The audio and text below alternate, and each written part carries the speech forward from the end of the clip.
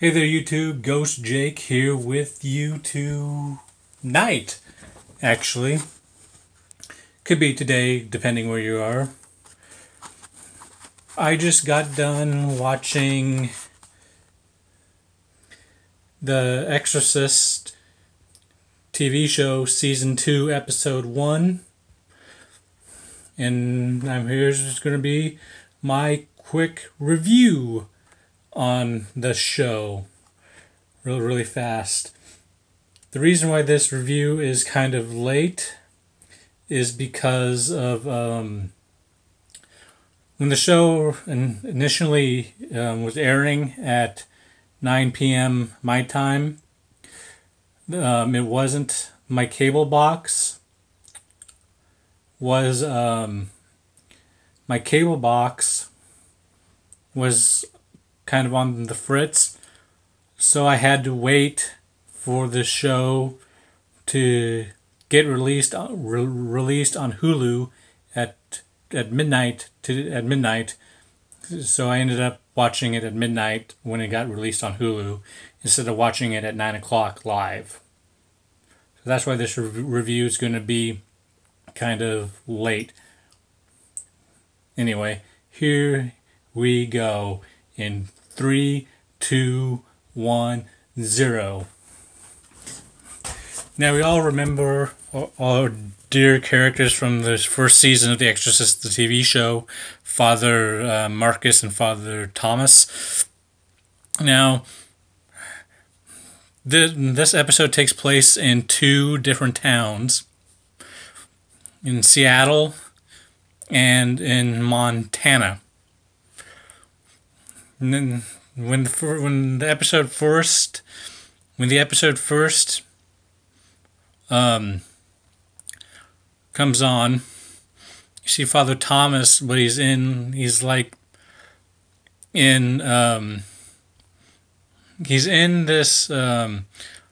church. He's in this like church praying, right? And I was like, okay. I was like, what's he doing? And it turns out this episode is like action packed right from the beginning. He's in the church he was in. Turns out he was just having like a hallucination, almost is the best you could kind of describe it,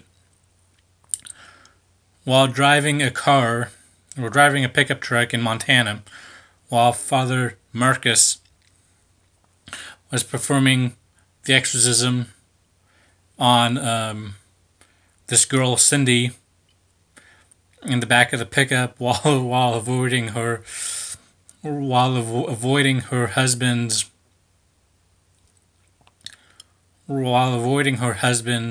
because technically they just kidnapped Cindy, because no one would believe, because it turns out like no one believed them that she was possessed.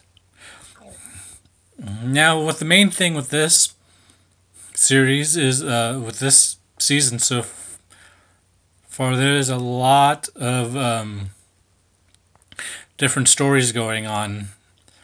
Like we go to this like in Seattle, because it jumps back and forth throughout the episode. Like in Seattle, like we go to Seattle, and we go to Seattle to this foster, like foster house with a bunch of these kids, and that's going to probably be the main. Seattle's going to be probably the main focus on this season later on in the show. Just how built up it seemed to be in the first episode. Yeah, lots of new characters and interesting characters. And it seems like the foster father, or whoever he is, he seems like a pretty loving man, so that's pretty good. Seems to care about the the kids in his charge. And he's, like fixing them lunch and whatnot. Fixing them lunch and, getting them off to school. And then he informs them that, try to be home by, 6, because we have like this social worker coming to the house and she's going to be staying with us for a couple of days. And staying with us for a couple of days. And yeah, now we're going to go back to Montana. One thing I forgot to mention, I should have mentioned in the very beginning, is that Father Marcus, he was training Father Tomas. He's training Father Tomas to be an exorcist. It has been roughly around the time, about 6 months have passed since the events of season 1. So, anyway, Father Marcus and Father Thomas back in Montana, they elude the cops, and they take they take the possessed girl to like this barn so they continue the exorcism. And so they continue the exorcism. And and Father Thomas reveals to Marcus that while he was driving the car, he had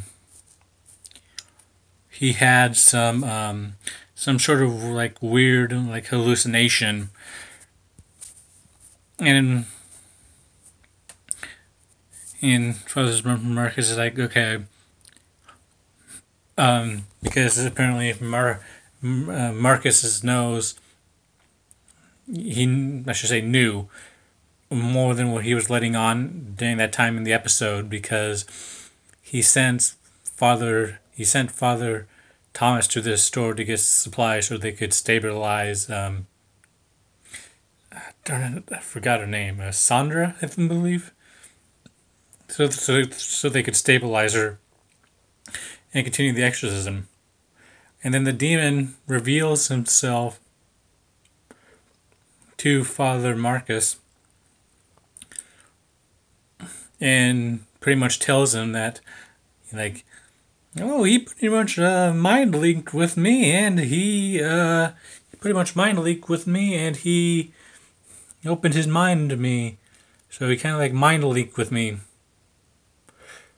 And kind of like mind linked with me. And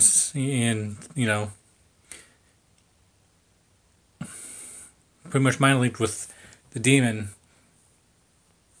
And yeah, Father Marcus is gonna have some words with Thomas when he comes back from the store. Okay, now we're heading back to Seattle. The group of kids there's a bunch of them, but the 17-year-old girl, I forgot her name. I just watched the damn episode. Anyway, they are going into these. They are going into deep into the forest of Seattle. Right, and it turns out that there's this well and this house that has some urban legends. Not really sure I say urban legends, more supernatural legends to it. It's like you stand on these boards for like 10 seconds, close your eyes, and apparently you can hear like the people who departed, or something like that. And the girl is trying to get one of this kid named, I believe his name is Caleb, to do it. And Caleb's a blind kid. Oh, and from the fact that he's blind tells me one thing. When we get to that part of the show, when the demon's going to really be focusing on Seattle, I am willing to bet the blind kid Caleb, if that's his name, is going to be the #1 target of the new demon, or the old demon, or whoever it is. I would almost guarantee it.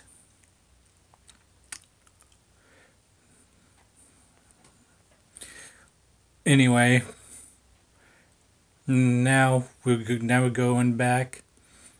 As before we go back to Montana for Father Marcus and Father Thomas, the foster father, he goes to pick up the social worker, because the social worker is going to be staying with him for a couple of days, and apparently there was probably some romantic interest in the past between those two. Yeah, and he goes picks her up, and he's trying to be really smooth with her, and doesn't really work. He even admits that himself, and they make it back to the house. Okay, now we're going back to Montana. Father Thomas, he arrives back with the groceries, and he's talking to Father Marcus pretty much confronts Thomas about the whole mind link / hallucination thing, and he is saying that's not the way. And Marcus is pretty much saying that's not the way we do things. We do things through prayer and, repetition, It's like we don't mind link with the damn thing and let the thing in, because you're risking your, immortal soul doing this. And, risking your immortal soul doing this. And it turns out that,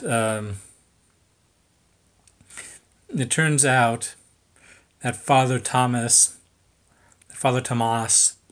it's like, well, he doesn't really seem to get it. He's more really intrigued with the mind link, like ability to do exorcisms, because what if that's the better way to do things?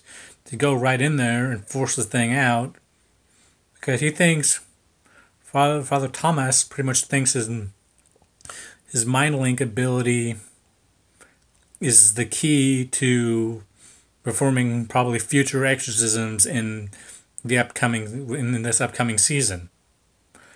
We'll just have to wait and see how that turns out for him, if he's going to definitely continue down that road. Now back to Seattle. All the kids, and the social worker and the foster father, they're all sitting down at the dinner table, and the blind kid, they're all talking about, like where they're gonna go, just making conversation, and the blind kid Caleb, he pretty much says, "Oh yeah, it's like I'm gonna go live with my my father, in the upcoming months." And then the foster father reveals that, oh, your father didn't show up to his he didn't show up to his custody hearing today. So, and then he gets really mad and says, "Oh, it's because I'm a lot of work." Right? And, John and the foster father's like, yeah, you are a lot of work. But, he's just like really thrilled, really thrilled. He's like trying to, he's trying to encourage him. I don't know if he, is doing it the right way. But he's trying to encourage him. He's like, and I'll be thrilled if you get to stay with us longer. But Caleb, he's really upset. So he ends up they end up getting ready for bed and go into his room. And go into his room. And then and then goes back and they all go right to bed. Now jump back to Montana really fast. And and then Father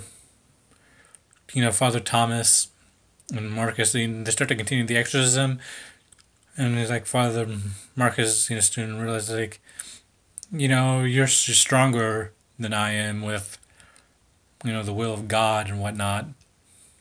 I was like, you should do it. You can save her. And Father Mark, but they're doing the exorcism together at first, and then there's like a knock on the barn door, and guess what? Father Thomas, when he was at the store, he got followed, and they led the guy's wife, who's also like the chief of police, straight to them. And straight to them. And then Father Marcus, leaves to distract them while Father Thomas does the exorcism by himself. Starts to do the exorcism by himself. And it's not working. So, while Father Marcus is performing his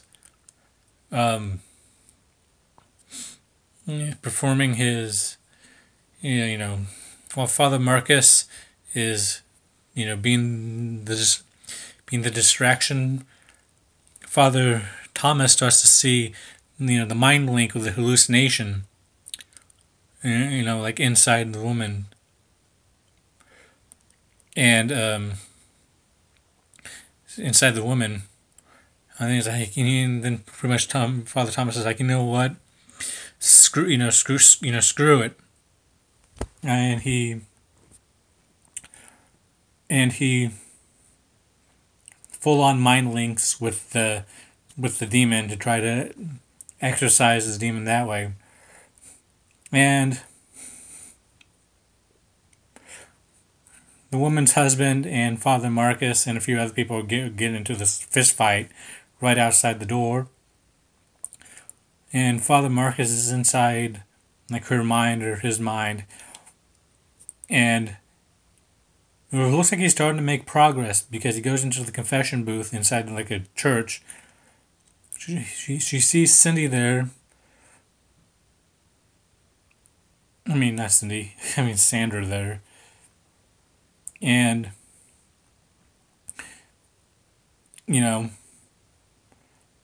she starts, like talking to him almost, and then like a fist comes out of her mouth.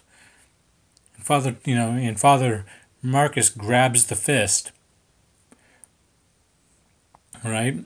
And he grabs the fist, and then the door opens and he gets pulled down, and the mind link is broken, and Father Marcus, it looks like he has a look of disappointment on his face that Father Thomas actually did that, and when Father Marcus explicitly told him not to do it, and he did it anyway. Okay, now back to Seattle really fast. No, wait. And then they all leave.